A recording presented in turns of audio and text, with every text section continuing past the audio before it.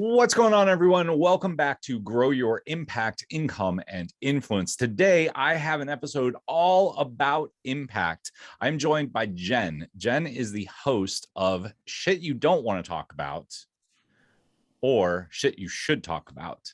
This episode might be a little bit of a tearjerker. We are going to uncover trauma. It's really interesting. I was reading a book by Oprah over the last 2 weeks that is all about how we all, like 70% of the population, has trauma that is built into their life that comes out in weird ways as we get older. Jenn has a show. Jenn's podcast deals with all of these people's stories of overcoming and dealing with their personal traumas. It is super interesting. We were chatting before the show. Jenn has a great sense of humor. She has a great smile. She is super fun. Jenn, welcome to the show. How are you doing today? Doing great. Thank you. As I was saying earlier, it never stops. I always get nervous before a show.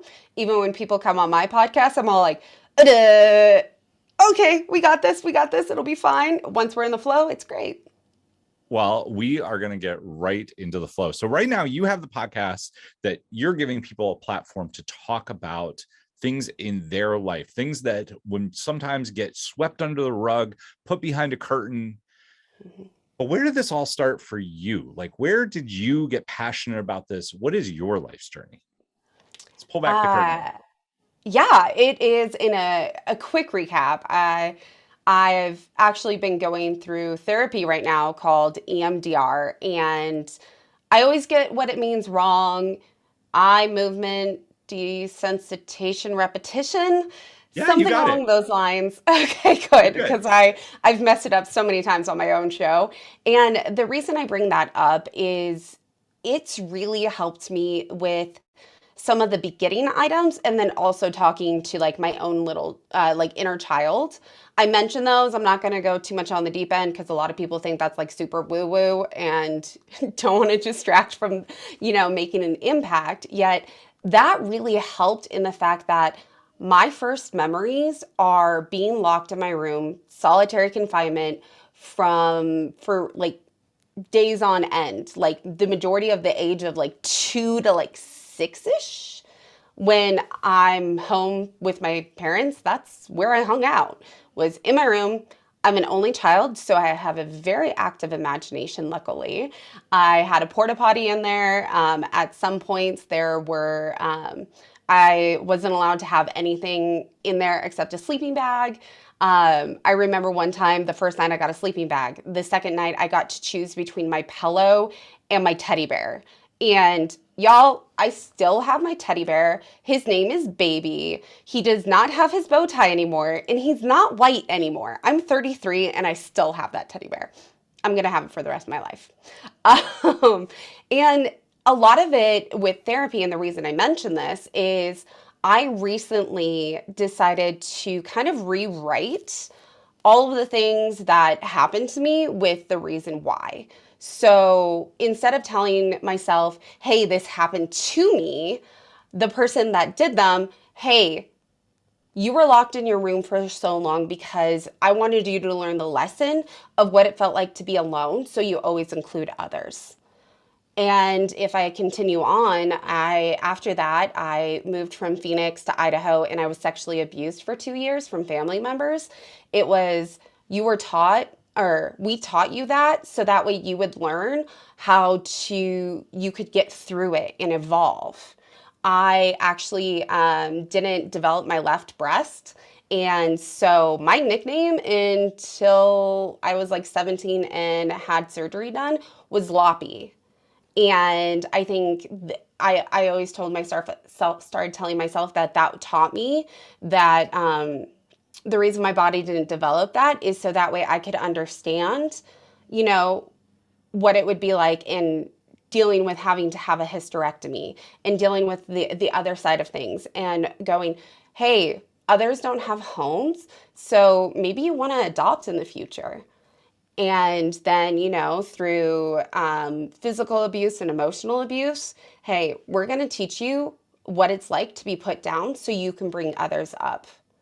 Same with like when my friend died in high school, I saw her mom a few years afterwards. I was maybe 18, and my friend Arletta died when I was 15. And her mom walks up to me and she's like, "You better do great things, Jen, because Arletta would have made you do them, and now you have to do it for her." And after that, I was homeless for a while. And it's crazy to think that I was homeless not because I didn't have a home, but I felt that I couldn't go back there. So I was promiscuous to have a roof over my head. I dropped out of high school because, well, I am ADHD. So, first off, school sucks. I'm super dyslexic. So, again, school sucks. And then also, I'm now working with a sleep doctor because I may have an issue because I slept through all school. I still can sleep like 10 hours to 15 hours a day and still feel tired. I take lots of naps. And throughout all of this, like, it's all what lessons had to teach me from all of this. And I know that I left some things out, like self-harm, suicide attempts, divorce. Like there's a bunch of other stuff. Read my bio because there's a lot. But that's how I got started on the podcast when I had my craniotomy in 2020. So all this shit happened. Thought I dealt with it. Craniotomy because I have a few cysts around my brain, and I would get really bad pressure headaches on my right temple. And the only thing I could do is tie a scarf as tightly as humanly possible to let the pressure off. Bad thing with that is the rest of my head would cut off circulation, so it didn't work great. I've also tried putting like tons of really heavy books on there. I've tried, like really tight hats. Like the hat you're wearing, if it's a snapback, I would put it like where it was so small, it barely fit on my head. And come to find out, the cyst was actually the liquid in it was causing the pressure. And so when I had the craniotomy, one thing that people don't realize, and there's not a lot of science on it or research, is that all your long-term memories are on the right side of your brain. So when I had my craniotomy, well, everything decided to come back. It was awesome and not awesome. And I was actually planning on making a podcast on sales because I really wanted to talk about human connection. Human connection to me is everything. Old me would have told you that you can never build a career on human connection because like a lot of people really don't care about it. Now I'm like, human connection goes into literally every job. And my boss was like, no, you're not going to do a podcast on sales because you're sales enablement and it'll reflect on the business. So no, but in like a way sweeter way, I'm totally paraphrasing. And she was like, why don't you do it on mental health? You love mental health. You believe in people. You want inclusion with others. Do mental health. And I was like, okay. Well, I mean, you just took us on a big journey. So I'm going to unpack some of it. I mean, trauma. So it's really, really interesting. I wish I had the name. Before the end of the podcast, so we'll get the name of the book. But it talks about how our early childhood development years, like being born to like 3 to 4 main developmental years. And if things go wrong, then how we relate. And they have a lot of issues stem back to that. But then they have in the book is great because it takes you through, like, it's not what's wrong with anybody. It's what happened to them. Mm-hmm. And what I love about what you said is you have chosen to tell yourself a different story. Yes, those things happen. When something happens, it's a thing, right? It's not good or bad, but the way that we assign meaning to it makes it so, right? You are choosing to take something that is horrible that happened and assign a positive meaning. Tyler Perry, he had a saying. He was like, the moment I learned, he was also homeless for years, lived in his car. And he had a moment where he said, looking back, every bad thing that happened to me, it was a blessing those are the things that made me who I am today and allowed me to develop the skills, to develop the mental fortitude to handle those things, to get to where I am. And that's a choice, right? We can't control what happens to us. We can control the way we react to it. I mean, there's nothing you could have done as a 3-year-old or as any of that, right? Like there's nothing you could have done. You're a child. Do you want a sleeping bag or a teddy bear or a pillow, right? A teddy bear or a pillow. Like that's a horrible decision, but you've gone on to assign a positive meaning to that. So first off, my hat is off to you. Amazing.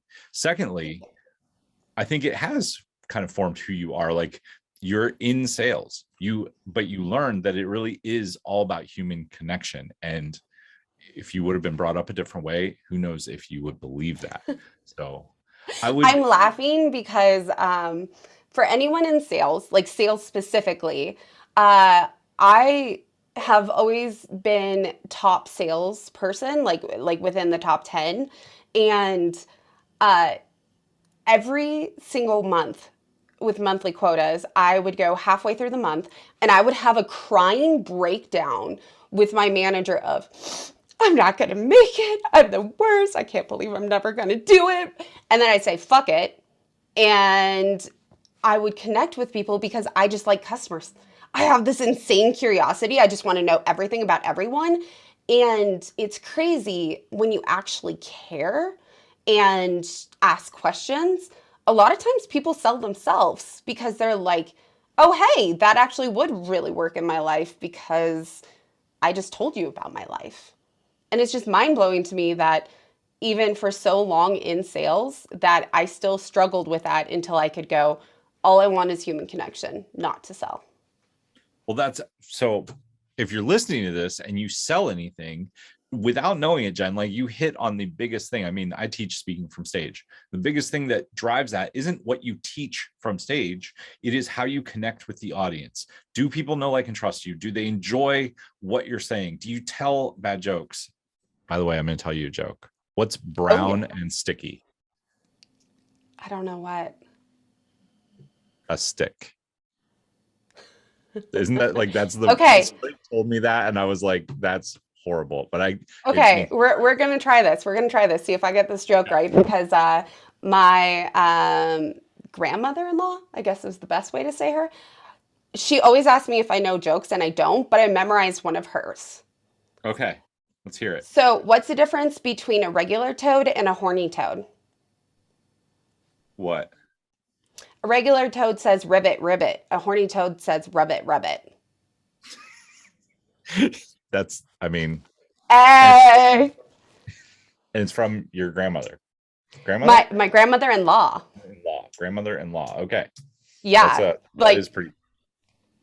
When an older lady once told me a joke, she had a walker, and like she stopped what she was doing and told me a joke with body motions, like she was like, okay, so if you're on video, you can see this. If not, you're just gonna have to get the audio.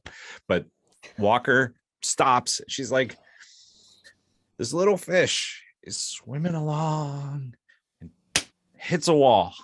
What does the fish say? Damn. I don't know. What? Damn. Like, damn. Like but like, picture like this lady had to be like in her like late 70s or 80s. It was great because there were body motions. Anyway, let's go back to your podcast specifically. You have people come on and share their traumas. You have them share things that most people would hide from, right? Like they would sweep it under the rug. First off, what inspired you to do that? I mean, obviously your journey, but why did you want to give people access to that? Why did you want to give them a place to voice their challenges, their problems, the things that they've had to hide? Hey, thanks for taking a moment to check out this episode of Grow Your Impact, Income, and Influence, the #1 show helping you reach millions. Have you ever thought about building your own webinar or using public speaking to reach your ideal audience? Well, if you'd like my help with it, over the last several years, I have built more than 40 live events for clients just like you. In the last 18 months, I've helped 32 entrepreneurs build their webinar with over $5 million in cumulative sales. If you'd like to see how I can work with you, or if you'd be interested in having me speak at your event or be on your podcast, go to steven.coffee. That's STEVEN.COFFEE to book a short call with me and see how we can work together. All right, let's jump back to the episode. This one's always a bit hard for me because it's so ingrained in me that we are created equal and that some people use their, what I like to call their superpowers, their power for good or evil. And so much of it, it's been since I was a little kid, and I'm not sure what really taught me this, but I always associated more with people that were the minority in the group of any stature. So the person that's being made fun of, the outliers, the people that aren't in the cliquey popular group.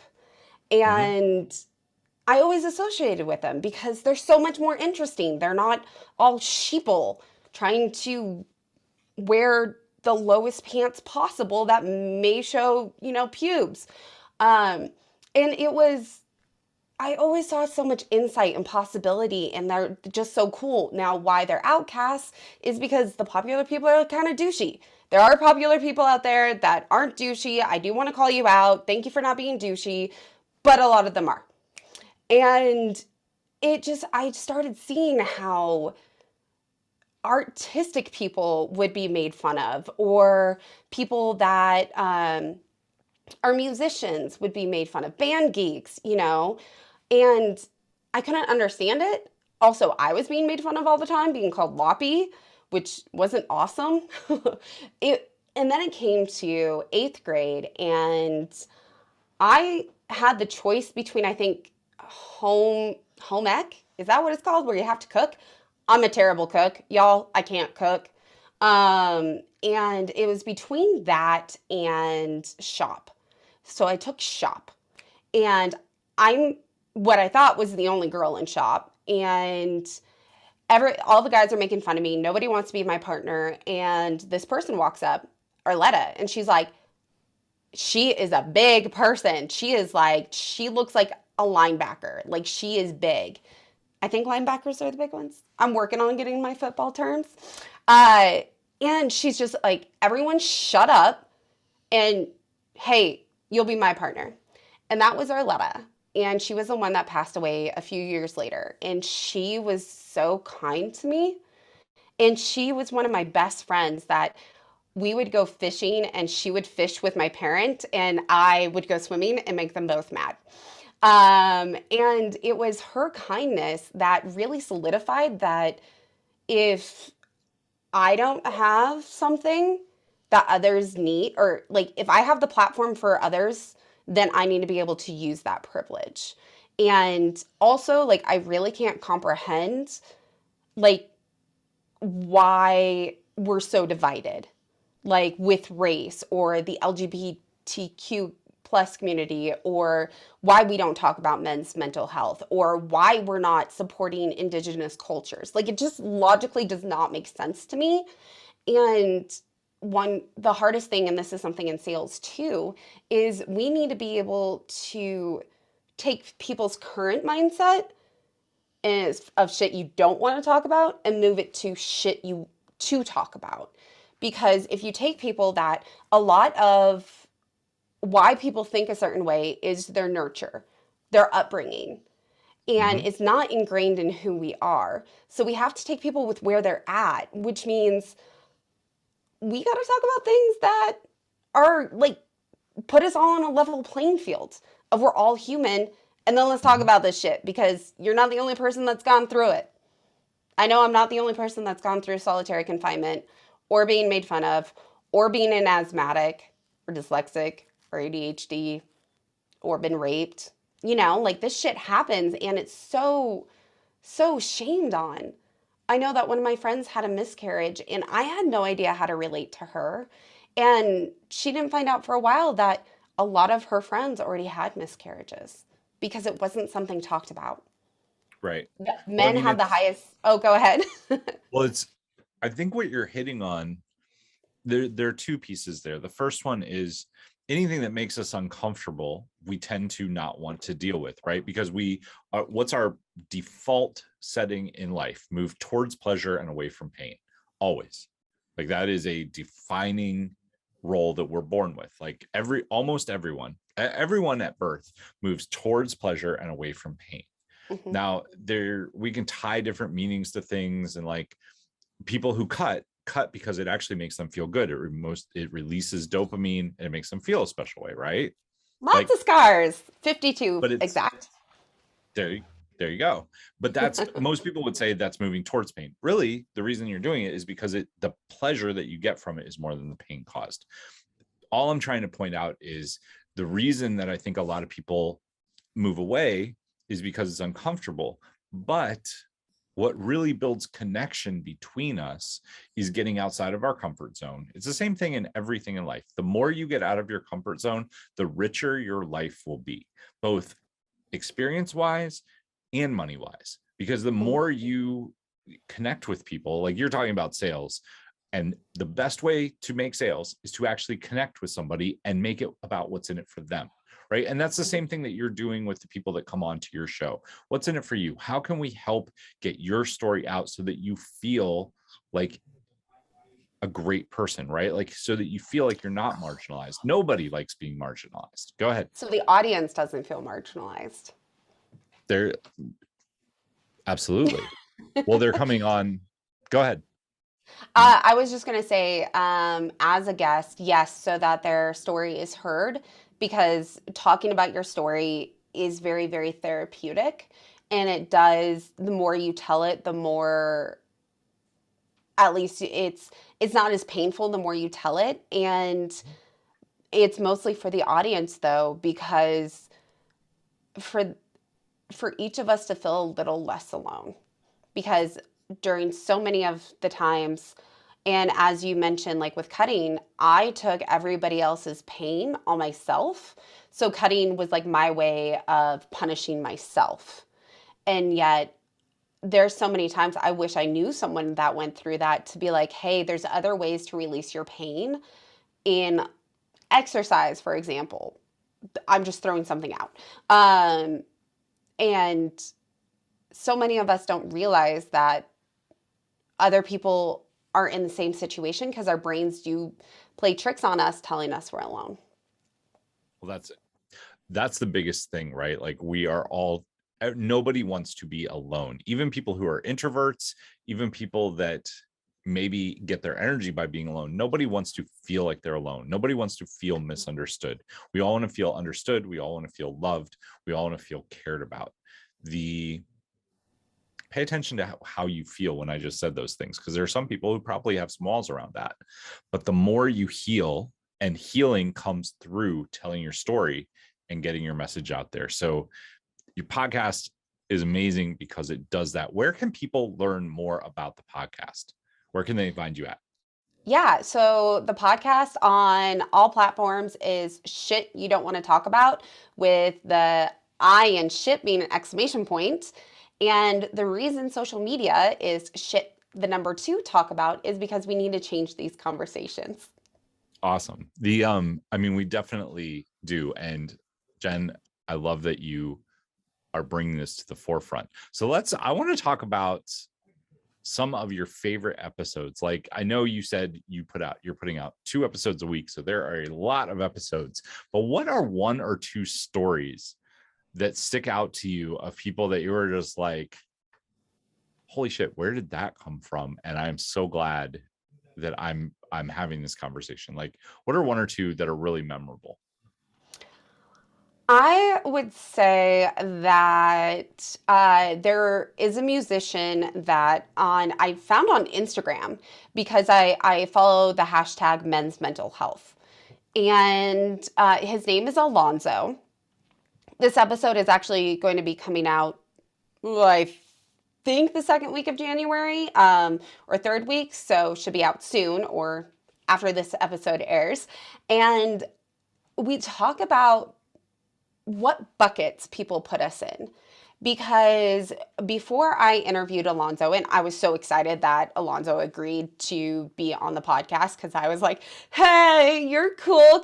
You made a song called Black Boy Destiny. Will you come be on my podcast? Because you're really cool. And he agreed. His manager agreed. And the reason why we mentioned about the buckets is because one of the first things that a family member mentioned to me is, oh, you're interviewing him? He's so feminine. And I was like, what does that have to do with the price of tea in China? Like, I mean, the price of tea in China does affect me because I probably buy a lot of tea, but it has nothing to do with somebody's femininity or masculinity. And talking to Alonzo about this, we were able to really riff and dig deep about how we all, as a Black man, as someone who really identifies of just being attracted to people in general, of these stereotypes that we really put on people. And like, we do it by default. It is something that it's the way our brain works. But it's also something that we can go, hey, you don't need to be in each of these buckets. Like, it may be a little easier to be like, okay, you are X, yet at the same time, you're multidimensional. Right. And I would say second episode is with Darcy Rosario. And she's, again, somebody I found. Apparently, I have a lot of episodes that people actually submit on my website for guest submissions. But these two people I both stalked on Instagram. I can be a little bit of a creeper. Darcy, since I started following Darcy, probably about a year ago, before I launched the podcast, Darcy and I met, and they were really cool about like, hey, yeah, let's talk about like intersectionality. And I was like, intersection what? Intersectionality. Like, we're all very multidimensional. And one thing that they mentioned was that they are Puerto Rican. They have MS. And a really cool part of that episode was Darcy came out as being non-binary. So that was a huge topic to be able to talk about. And then also working on calling them they, them instead of the way they used to associate. And also code switching. And we all, in some aspect, do code switch. It could be by class, by friend group. And what code switching is you match your language with them. So that is definitely something that between those two episodes, those are the ones that really hit home for me. I mean, those aren't even the ones that we talked about before the show. So now I'm like thinking through the I love the fact that you put stuff on display because people should become comfortable with it. And one of the things that I want to throw out, if you're listening to this and you're like, that sounds great, or you're listening to this and you're like, no, I want like traditional values. The thing that you can do most to develop personal growth is all the books that I read, I don't agree with all of the viewpoints, but I'm willing to think about it. I'm willing to have a conversation around it, right? Yes. Same, like anything that makes you uncomfortable is a opportunity for growth. And tying this back to the very beginning of the episode, right? Be thankful for things that make you uncomfortable. Be thankful you get to decide how you relate to things in your life. Is it going to make you uncomfortable, and are you going to shut it down, or are you going to stand in it being uncomfortable, maybe wallow around in the muck a little bit and become a better, stronger, smarter, wiser, more tolerant person? I mean, I'm more right wing than I am left. I'm not a huge Trump supporter by any means, but I would be more Republican than liberal. But I do think that the real answer is becoming a well-rounded person and being able to have discussions on both sides of the fence, whether it is political or whether it is social. Everybody deserves a voice, and everybody should have a conversation. Tolerance, I hate cancel culture. I think it is one of the worst things in the world, because what does it say? Oh, you don't agree with me? You're dead to me. I'm blocking you on social media. I'm not going to listen to you anymore. Well, then who do you hear from? You're hearing from just people you agree with. And that is one of the most dangerous things. It's how cults get formed. So Jenn, I love your show. Everything will be listed down in the show notes. You will find Jenn's bio. You will find a link to her show. Jenn, is there anything you would say to somebody out there listening to this? What's your main message that you would give to them? That we need to turn shit you don't want to talk about to shit to talk about. So that way we are bringing everyone to the table and giving them a voice. Awesome. Jenn, you definitely have a voice here. We might have to have you on for a second round somewhere down the road. Thank you so much for sharing with us. To everybody else out there, until next time, take action, change lives, and make money. We'll see you soon.